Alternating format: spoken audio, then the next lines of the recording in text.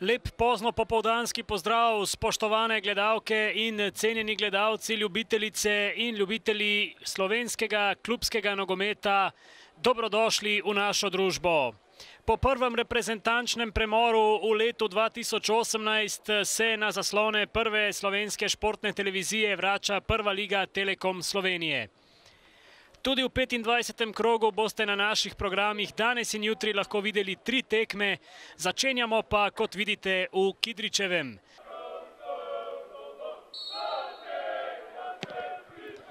Šmit s predložkom, dober skok Davida Zeca, vendar tokrat, ki je še leto dni mlajši od njega in je na eni tekmi že branil v tej sezoni.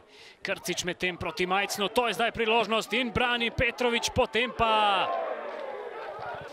v tem drugem delu prvenstva, zdaj pa so v nevarnosti, da ga prejmejo. Majcen brani Kovačič.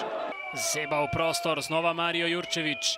Poskus podaje, Mensa je prišel do žoge, Mensa preigrava in s črte je rešil David Zec, sklapanje poskusil.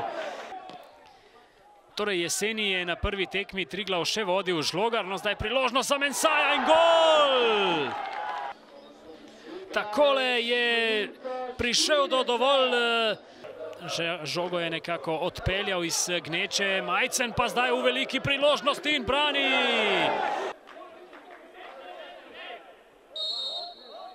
Šmit pa znova podaja v kazenski prostor, priložnost in gol!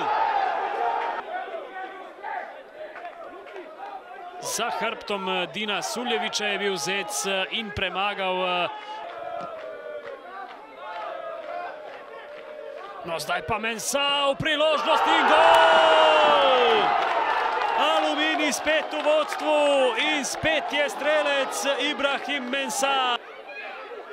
Francesco Tahiraj 4-2, Mensa! Hat-trick Ibrahima Mensaja.